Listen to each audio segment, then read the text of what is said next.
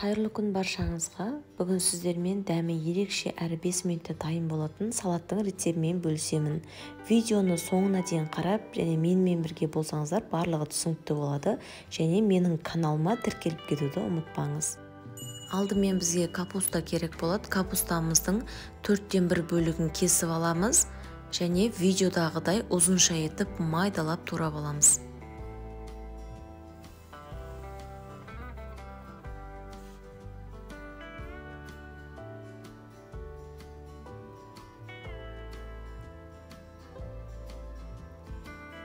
Міне осындай майда болады. Турап болған капустамызды ыдысымызға салып аламыз.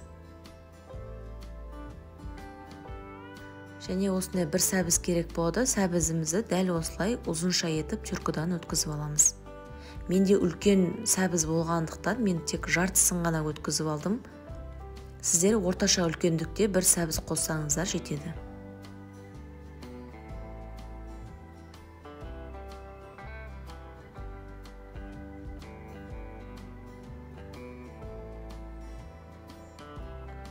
Не сәбізімізді өткізіп алдық чүркідан, енді жаңағы туралған капустамыздың үстіне салып, артынша тұзымызды салып, араластырып қойып қоямыз.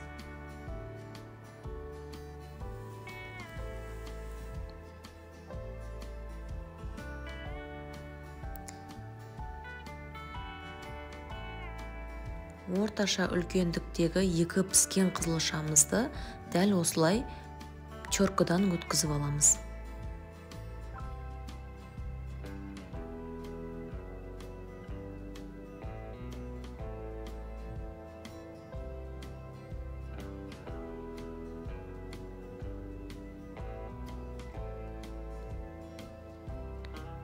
Не қызылшамызды өткізіп болдық чүркідан. Чүркідан өткен қызылшамызды туралған массамыздың үстіне салып аламыз.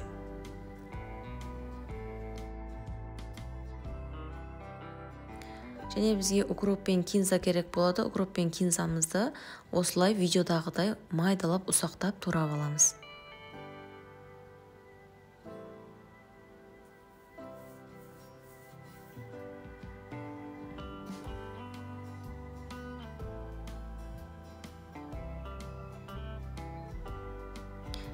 Не укроп пен кинзамызды турап болдық, жаңағы туралған массамыздың үстіне салып аламыз.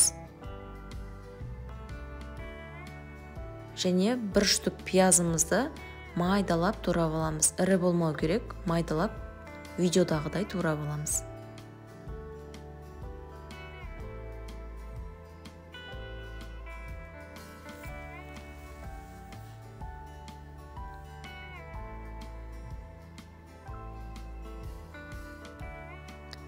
Турап болған пиязымызды қызып тұрған тапамызға майымызды құйып, жақсылап қуырып аламыз.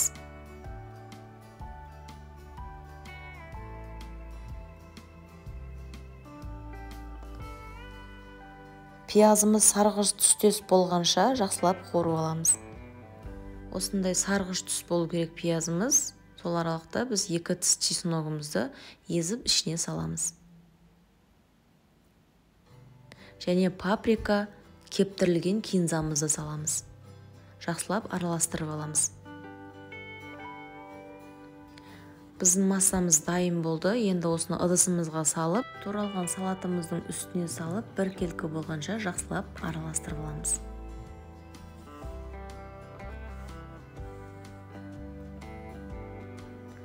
Жасалу өте оңай салат. Мен толық рецептісін описание бөліміне қалдырып кетемін. Жасап көруге кеңес беремін.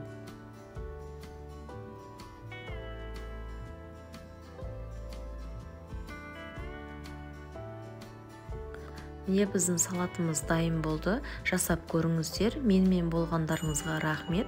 Сіздермен болған Динара ас болсын.